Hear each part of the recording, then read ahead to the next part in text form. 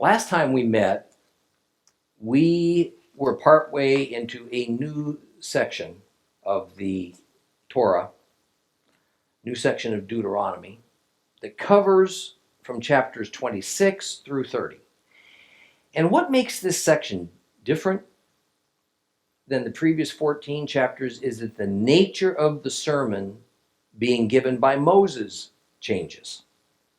Chapters 12 through 26 recited the bulk of the law that had been given to Israel almost 40 years earlier at Mount Sinai.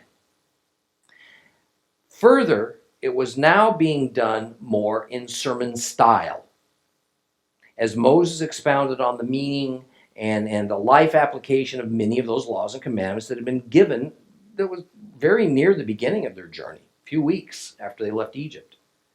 Now here in this section, we move into some mystical aspects of God's Torah, whereby blessings and curses are pronounced. Prophecies of future happenings regarding Israel are presented, though the people of Israel probably didn't understand the prophetic nature of what was being said. Deep, inscrutable truths are implied, and straightforward admonitions and warnings are laid out. And as a result of the extraordinary nature of this section, we're going to rest here for a while. And I'm going to delve into a few aspects of the more complex, the more mysterious things that moving swiftly through it won't allow. Now, chapter 27 that we're about to open is often said by scholars to be out of place. That it seems as though some writer, well after the fact, wanted to make a particular point or to go back and clarify some earlier information. Some scholars think that an ancient editor discovered two or more slightly different traditions surrounding these events and simply included them both without regard to the difficulties of doing such a thing. Other competent Bible scholars would prefer to simply skip Deuteronomy chapter 27 altogether, just moving directly from 26 to 28, and then they say the flow makes more sense to their minds. I can't say any of this with certainty, whether it's the case or not. However, I can say that without doubt, one has to look very carefully at Deuteronomy 27, otherwise we can get the wrong idea about what's actually happening, and it can become confusing. So, with all that, let us read Deuteronomy chapter 27. If you have a complete Jewish Bible, it begins on page 226.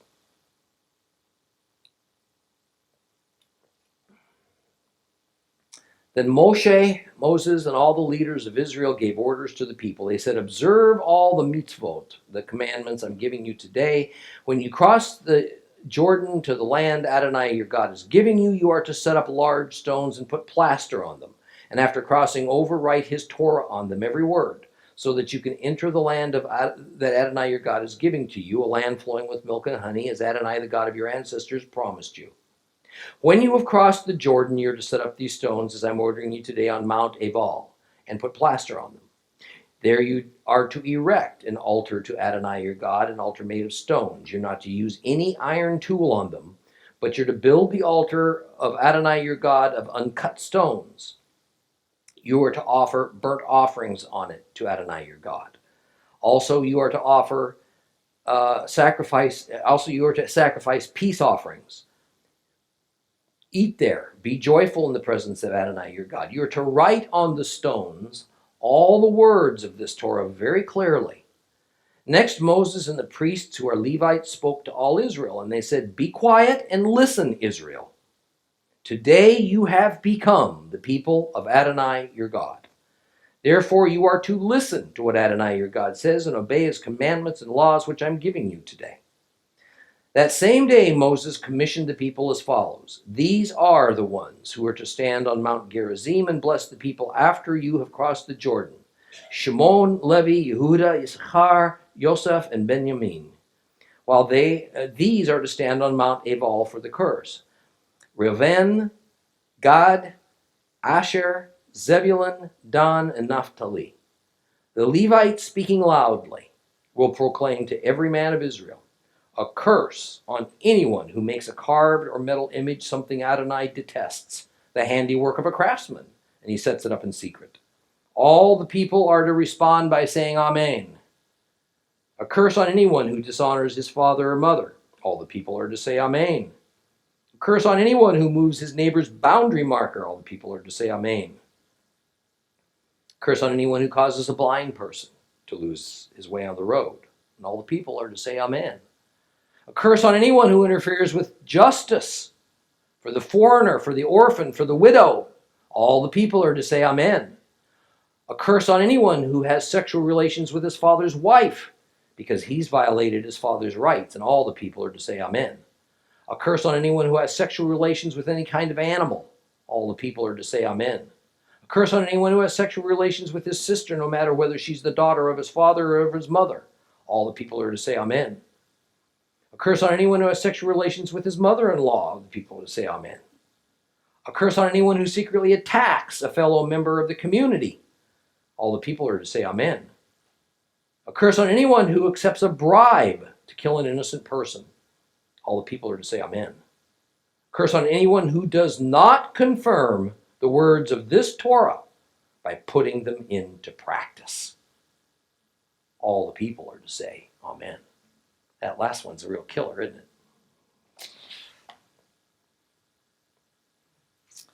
The thing to understand is this. What we are witnessing are covenant renewal ceremonies. And even though the Mosaic Covenant was agreed to and handed down almost 4 decades earlier out in the wilderness, God was now, through Moses, calling on the people of Israel to renew their vows as regards their commitment to this covenant and to remember how and why it was established in the first place. I said that we are witnessing covenant renewal ceremonies, plural, more than one, even though it may not seem so at a casual reading. Now, how do I come to that conclusion? Moses was speaking at least part of the time. Yet, part of this admonition is that there is to be a ceremony after Israel crosses the Jordan River and takes possession of Canaan. Now, further, verse 9 says that Moses, together with the Levite priests, spoke the words that were presented to the people. These 2 circumstances could not have happened at the same time because Moses died before Israel crossed over the Jordan. Not allowing Moses into the promised land was a punishment imposed upon him by Jehovah in response to an incident whereby Moses struck a rock to bring forth water instead of speaking to it, which is what the Lord instructed him to do. Now, further, we know that Israel crossed into Canaan just above the northern tip of the Dead Sea at a place called Gilgal, only a stone's throw from the ancient city of Jericho. Yet in the verses just preceding the ones we just read, it seems as though this covenant renewal ceremony is to be done, on the one hand, immediately upon crossing the Jordan, which was at Gilgal, but on the other hand, it must be performed atop the twin mountain peaks of Ebal and Gerizim. The problem is these 2 mountains are 30 miles north of Gilgal and Jericho, and due to their location and the number of people that would attend, its journey to get there is probably a week. So on the surface it implies that we have Moses in Canaan at Mount Ebal, and immediately upon crossing the Jordan, he's leading the priests in a covenant renewal ceremony, none of which squares with any other scripture. Let's see if we can untangle this. What we are dealing with is at least 2, probably 3 different covenant renewal ceremonies. When Moses is identified as the one who is speaking, we can know with certainty that this part of the oracle took place on the mountains of Moab, just before he died, about a month later than Israel would cross into Canaan. Therefore, we have Moses saying to Israel, as they were listening to this extended sermon, which is what Deuteronomy is, the words contained in verses 9 and 10. Next, we have verses 11 and 12 and 13. These are instructions from Moses as to what the people are to do later, after he's dead, after these are in Canaan. And then in verse 14 it says, the Levites, speaking loudly, will proclaim to every man of Israel. It says nothing of Moses joining in. That seems at odds with the preceding verses that has Moses speaking with the Levites. So what we have is a change of location occurring between verses 13 and 14. And in verse 13, the location is still Moab, where Moses is speaking. Verse 14, the location is inside of Canaan, with the Levite priests announcing the blessings and the curses. Now, therefore, as our reading began today, the present situation was that the Hebrew people were gathered in Moab listening to Moses' grand sermon. And he's reminding them that as of today, that day, they become Jehovah's people. Now, wait a minute. I thought they became God's people back at Mount Sinai. What's different about today? The difference is that back on Sinai, the land was still just an unfulfilled promise. This congregational meeting in Moab, as the Israelites are looking across the Jordan to the promised land, is essentially the Israelites' graduation ceremony. The time in the wilderness is officially over. And the time in their own land, which is in fulfillment of the Abrahamic covenant, is beginning. The crux is that many of the regulations of the Mosaic Covenant depend on Israel residing, settled in their own land, not out in the wilderness. They couldn't do many of those things until their land was in their possession. They couldn't use the required wine and ritual observances because they had no vineyards. They couldn't perform first fruit ceremonies because they grew no crops. They had no harvest. They couldn't eat as the Torah required because their primary food was still manna. When the people of Israel are disconnected from the land of Israel, they are incomplete. Both are incomplete. While Israel was wandering in the wilderness, they could only do some of the law. Not all of it. Because there was no means to do certain specified things that revolved around agriculture, as did, for instance, at least and arguably at least 3 and possibly 5 of the 7 biblical feasts revolve around agriculture. Further, at the time they were receiving this word from Moses, the first Exodus generation had died off. Those who were of the age of accountability upon leaving Egypt, defined in the Torah as those old enough to serve in the military, were the ones who personally witnessed the original giving of the law on Mount Sinai. They were the ones who shouted in united affirmation that they would obey all of the Torah's terms. But that group was dead, gone. A divinely ordered consequence of their disobedience to the Lord by refusing to enter the promised land. Remember that? Decades earlier. So back out into the wilderness they went. So it would be a new generation of Hebrews entering Canaan, who were either young children or not even born yet at the time of the giving of the law on Mount Sinai. And during this time in the wilderness, it is clear that only parts of the law were followed. Some because they couldn't, others because they didn't want to. In fact, apparently male circumcision didn't occur in the wilderness. Perhaps only a few did it. Therefore, a mass circumcision ceremony would occur right after they entered the land. The Lord wanted the new generation who entered the land that was promised to them for so long ago to hear the law with their own ears, to personally accept and affirm the covenant in their lives. This is the reason for Moses' words of verses 9 and 10 that today they are God's people. They are accepting this covenant. This still existent attitude of every Hebrew throughout history, that each individual is to affirm the law as though it had just been given to him or her personally.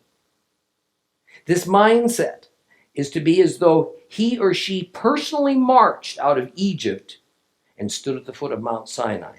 All that's demonstrated right here in Deuteronomy 27. Now, I mentioned that another aspect of the reason that Moses considered the occasion of his sermon in Moab as the day that Israel became God's people was that they were officially receiving the lands, and that Hebrews without the land are incomplete. Both are incomplete. The land's incomplete, the people are incomplete. It is ironic today that the Hebrews finally do have that land again. Yet in some ways, they're still incomplete. At least that is the mindset of the most religious among them. And you know why that is? They don't have a temple. My good friend, our good friend, Rabbi Baruch, likes to say that in our era, the Torah is not in force. He's right. The rabbis also agree with him. And by that statement, he means not that the Torah is dead and gone or that it shouldn't be followed, but rather that just as when the Hebrews were out in the wilderness, there was much law that couldn't and can't, in our day, be followed. In our era, the Torah cannot be used as a civil law system because at the heart of that system is a temple and a priesthood. Doesn't exist. The Exodus Hebrews did experience the presence of the tabernacle and the priesthood and the Ark of the Covenant, so it was possible for them to employ the Torah law as a full-fledged legal system. But today's Jews do not have God's dwelling place among them, even though they're back in the land. The temple is a vital part of obedience to and functionality of the Torah. And thus Ezekiel prophesies that not only will there be a rebuilt temple, but that the sacrifices and the other temple-dependent observances will begin once in the future, once again allowing the Torah to be a fully functional legal system. And to use evangelical Christian terms, this will be during the millennium, the 1,000-year reign of Messiah. Now, I'm not going to spend too much time with this today, but it's important you understand something. Most of the laws of ritual purity and of atonement for sin depend on the existence of a temple. Without a temple, and the priests who perform those rituals, a critical link in the change of Torah observance and legal procedure is missing. Even Shabbat cannot fully meet Torah standards because the Torah requires certain sacrifices for the Sabbath. And obviously these can't be done without a temple, an altar, and priests to perform the sacrifices.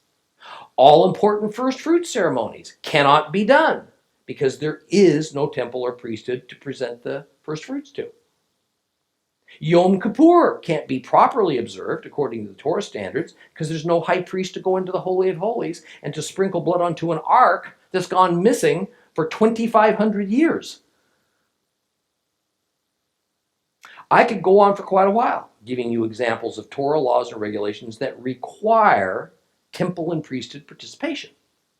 With a little more time in preparation, I could spend quite some time showing you how those required Torah rituals that cannot be performed affect other aspects of Torah commandments that on the surface don't seem to be attached to a temple, but in fact they are, if only in an indirect way. The Torah law and the temple are and have always been and will always be completely intertwined. Now that doesn't mean that it's wrong or fruitless to observe some of these ceremonies. Of course, it's not wrong to observe the commandments of Torah as far as one can, as a demonstration of our personal trust in God, our desire to be in harmony with Him and His universe, our intent to be obedient to God's laws and commandments out of our gratitude to Him. Some of the laws can be observed in spirit only. But to use the Torah laws as any sort of self-justification method or an attempt at self-righteousness is more futile today than when there was a temple. To pretend that we are keeping Torah in a pure way is folly. To claim that we are Torah observant is in many ways hypocritical. Without a temple, without a priesthood, it is physically impossible to fully or correctly carry out Torah because too many of the procedural elements are unavailable to us. All the elements must be in place for the Torah to be fully observed. The people, the land, the temple, the priesthood. It seems as though Israel has been without at least one of these elements for almost all of their existence. Therefore, you'll understand why it is that the most religious and fervent Jews have such a zealous desire to have their temple rebuilt and the priesthood reestablished. They full well understand their predicament. It's also fascinating to understand that in the near future, all three elements will exist once again, and Torah observance will be possible, yet even though only to a point. Now, what I have been describing is just one of an unknown number of mysterious aspects of this section of Deuteronomy. The idea that only as of the moment of the actual and formal giving of the promised land to Israel could Israel finally perform its part of that mutual obligation treaty that they had established with God, called the Covenant of Moses. It has so many facets to it, and I've only lightly touched upon a few of them. Well, in verse 11, a fascinating aspect of this renewal ceremony is to take place. Israel gets divided into two groups, 6 tribes each.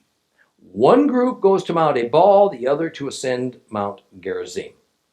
And a very specific listing of the composition of each group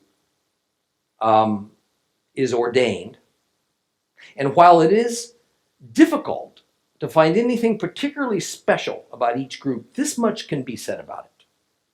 The group that is assigned to the task of pronouncing the blessings are made up of 2 sons of Rachel, which was Jacob's favorite wife, and 4 of Leah's sons. Remember, she was technically Jacob's first wife. Leah and Rachel were sisters. The group that pronounces the curses is going to be made up mostly of the sons of Jacob's concubines, plus Reuben, who, although he was Jacob's true firstborn, he was removed from that position because he had sexual relations with one of Jacob's concubines. And then finally, the youngest son of Leah was included. So perhaps this might have something to do with the selection. That's my speculation. But what I find more interesting is that the overall composition of the tribes of Israel has changed back to its original pre-Exodus makeup. Now recall that we had the original 12 sons of Jacob. Then Jacob shockingly adopted 2 of the Egyptian sons of Joseph away from him, Ephraim and Manasseh. And he included them, who were really his grandsons, as among the tribes of Jacob. He now has 14 sons, 14 tribes. Then Joseph was removed as a tribal name, bringing the total down to 13.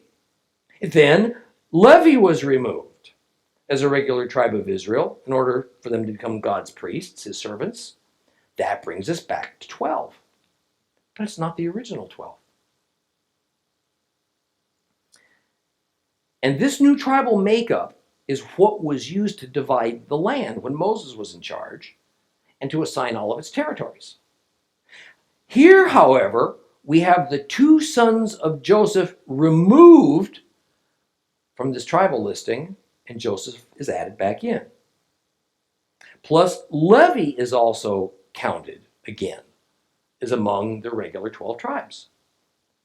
Why this happens, I'm not sure. Except that I think that it's prophetic. We know, looking ahead in the prophetic books of the Bible, like Ezekiel, that the original tribal configuration, pre-Exodus, is going to be restored when Christ comes back. But notice this as well. We read in Exodus 39 that the ephod of the high priest has two large stones mounted onto the shoulder straps, one stone on each shoulder strap. And upon these stones are written the names of the 12 tribes of Israel, 6 names on each stone. Now, can you picture the imagery of two hilltops? Ebal and Gerizim is represented by the two stones on the high priest's shoulders, with 6 tribes inscribed in each one corresponding to the 2 hills upon 6 tribes are to present themselves. There's been a great deal of conjecture about which tribes were listed on each of the shoulder stones. I suspect that the logic behind which tribes were chosen to appear on each hill was probably taken from the way the shoulder stones of the high priest were inscribed. Again, that's just my speculation. We're not told. In verse 15 begins a series of 12 curses that are to be pronounced by the priests.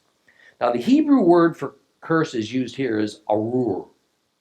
And the sense of the word arur is one of a divinely imposed misfortune, a God calamity.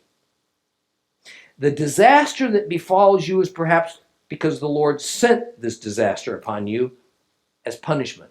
It's wrath. Or that he pulled perhaps his hand of blessing and protection upon you, and he let some evil from some source affect you. Or he could have intervened, but he decided not to. The great Hebrew sages say that the priests of the Exodus went to the mountaintops of Ebal and Gerizim along with the tribal prince, probably the chief elders of each tribe, remember, divided into 2 groups of 6, as we saw. The remaining members of the associated tribes congregated down the large valley between Mounts Ebal and Gerizim, with one group of 6 tribes facing towards the corresponding mountain and the other group doing the same, but in the opposite direction. From Mount Ebal, the curses would be pronounced. Now, 11 specific sins are elaborated, the commission of which was to call down a curse upon an Israelite for committing them. Then a 12th, rather general trespass is called out.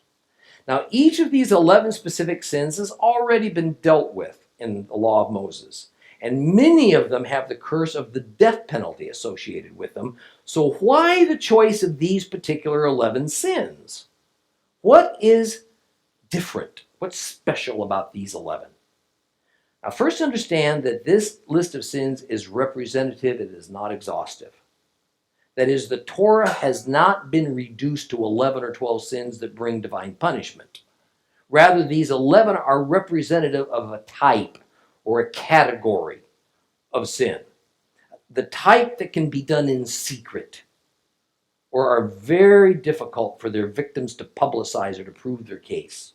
In other words, they are sins that are more often than not known only to God, to the criminal, and to the victim. Earthly justice by means of the law code is not likely to happen because of the secrecy of the act. Second of all, the 2 curses brought about by some specific sin concerns two of the Ten Commandments, making a God image and dishonoring one's parents.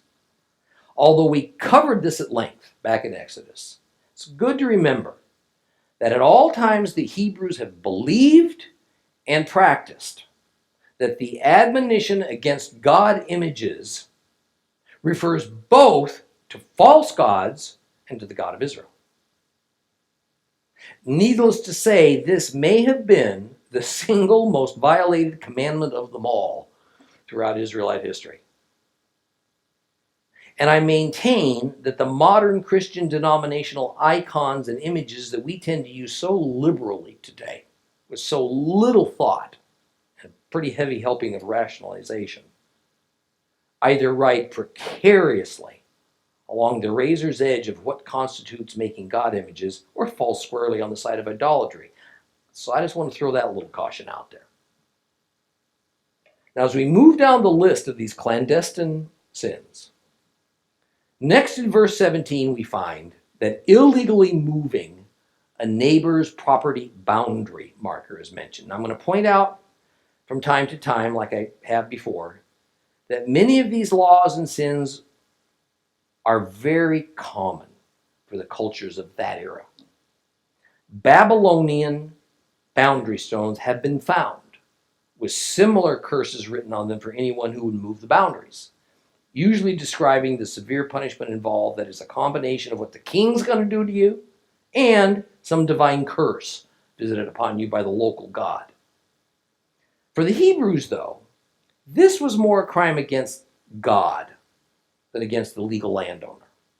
See, God purposely divided up the land among the tribes of Israel in a certain fashion. So now, for a man to try to change that division, well, this was a great affront to God. Great affront to God. Further, the Lord owned the land of Israel. So, it was, and it remains, his holy property. Something we need to remember today when we think about Israel. Think about the gall of the nations saying, forget it, God, we'll divide up your land the way we see fit. Think what that means. What did we just learn? What have we learned since the beginning of Torah? The land of Israel is God's holy property. Messing with God's holy property is really foolish. In the Bible, it brings the death sentence. We must always, always remember this important God principle as well. Even the Israelites do not own the promised land. They are land tenants, but they are the only authorized land tenants. In the past, they have been allowed to stay in the land only so long as they obeyed God. When they passed some line in the sand that their rebellion became too great for even God's mercy, they were evicted for a time. I want to be clear, however, that no one else other than the Hebrews have any right to be there. God has not granted permission for foreigners to be there except as part of Israel. Now, verse 18 says that no one is to cause a blind person to lose his way. And the idea is that no one's to take advantage of someone else's ignorance or disability by misleading them to your advantage, to their detriment. This is central to the fairness doctrine that's so woven into all of the Lord's commandments, and it certainly violates what both the Old Testament and the New state is the underlying foundation behind all laws and commandments. Love the Lord God and love your neighbor as yourself. Next is that no one is to interfere with the justice system for a foreigner, for a widow, for an orphan. Now, obviously, this is aimed at protecting the most vulnerable in society. And the violation is really more about a judge judging unfairly, not about a person's social or economic status. But now we get a series of 4 laws involving sexual behavior. And again, these laws are not exhaustive, covering every unacceptable sexual practice. They're just representative of all. Now, verse 20 speaks of a man who has relations with his stepmother, although technically it could include his own biological mother. Now, sick as that sounds to us, we know that it does happen. So this is hardly a reach. Interestingly, the argument against doing such a thing isn't so much that the inherent incestuous morality is the issue.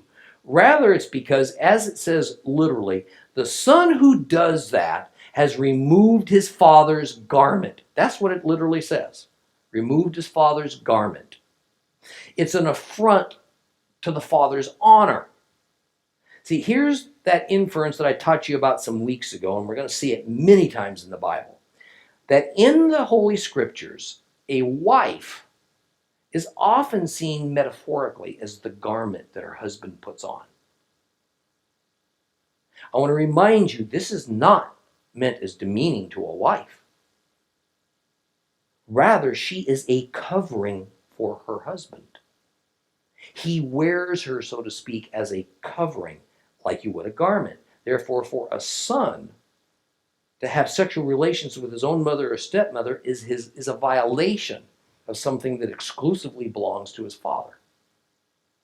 Now, verse 21 speaks of bestiality. Now, strange as that practice may seem to us, and as many off-color jokes that have been invented revolving around that subject, it was rather common in ancient times, particularly in more rural areas. In fact, ancient Hittite laws prohibited this. We see in the pantheon of Middle and Near Eastern gods, half human, half animal gods and goddesses. We read in Greek mythology of similar creatures, and they are the result of sexual activity between humans and animals, or divinity and animals. This activity was largely acceptable in most societies, to one degree or another, but it was completely outlawed in every circumstance in Israel. Now, one doesn't have to look very far in the Bible to find the God pattern that makes bestiality unthinkable. Adam and Eve is the representative type of human sexuality and marriage union. Adam was actually given the opportunity to have animals as domestic partners, not sexual partners, but decided that none of them were suitable. Therefore, the Lord created from him a female as the only appropriate domestic and sexual partner for him. I want to be clear. God was not inviting Adam to have sex with animals, and then Adam refused. Rather, it is that in the Genesis narrative, it is at least partially for the purpose of making it clear that mankind is not to try to procreate or come into union with lesser beings not of our species, and that the only acceptable domestic companion for a man is a human woman, and vice versa.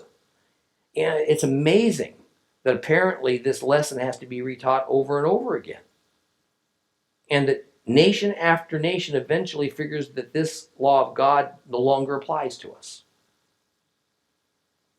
Well, this is followed then in verse 23 with another law that defines incest. A man is not to have relations with his sister or a stepsister. Next is a curse on the one who commits a violent act against another Israelite. And it does not necessarily limit the acts to violence, to murder. It can refer to assault.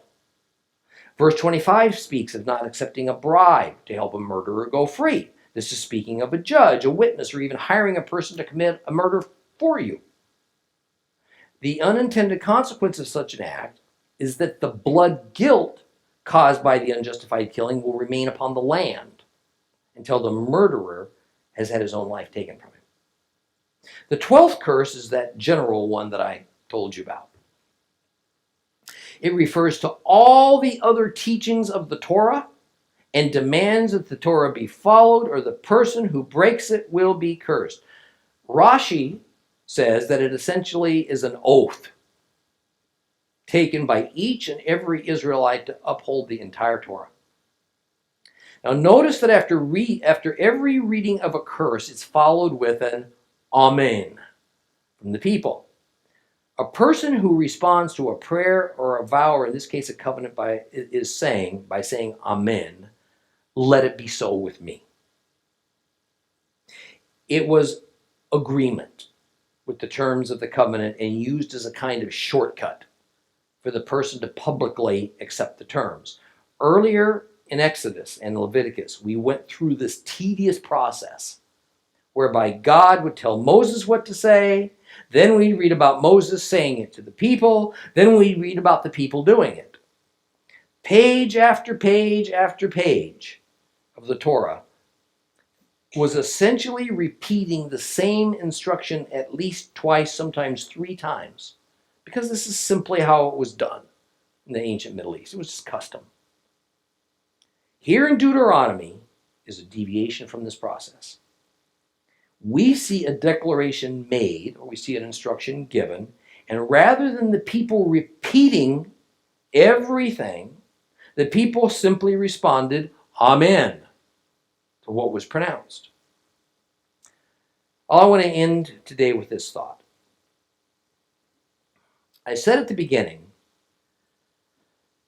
that this chapter actually speaks of multiple covenant renewal ceremonies, and no doubt there were other covenant renewal ceremonies held at appropriate times. Why? Why did God need to have Israel keep reaffirming their faith with him over and over again? The reality is, this was customary. It was traditional for that era. We have Assyrian, Mesopotamian, Hittite, Canaanite, other law code documents that are very similar in form to what we find here in Deuteronomy. And what we find is that repetition, or saying essentially the same thing in the positive, then later in the negative, or using multiple examples, this was the norm. The curses stated concerning any regulation were always more numerous than any blessings. Repetition helps us to remember. Got to recall. People didn't have scrolls, they didn't have books with these instructions written down so that they could easily refer to them. So saying them over and over imprinted these laws in their minds. And never forget that while Israel is indeed God's set apart people, they are first and foremost people. Consciously or not, we all make decisions and communicate within the context of our era and our culture and our language. We find out just how true that is when we visit a foreign country and things that we take for granted in our own nation are completely unknown to them. Something as simple as which side of the road you drive on varies around the world. It was no different for Israel. It was natural for them to communicate to God, for God to communicate to them within the context of their own culture. Or better, within the rather extensive set of customs and traditions that were common throughout the known world at that time. Therefore, even though the Bible is inspired, perhaps the larger miracle is that God's divine perfection and truth can be expressed through the imperfect, somewhat arbitrary customs and traditions of mere men that aren't always the most edifying in their nature.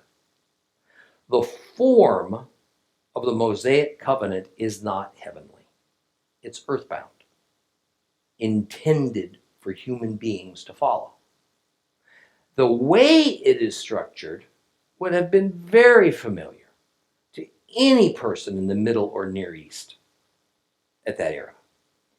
You see, it's the divine principles expressed in it that matter, not so much its form. Next week, we'll move into Deuteronomy chapter 28, and we'll study the blessings that were pronounced by the priests. Please rise.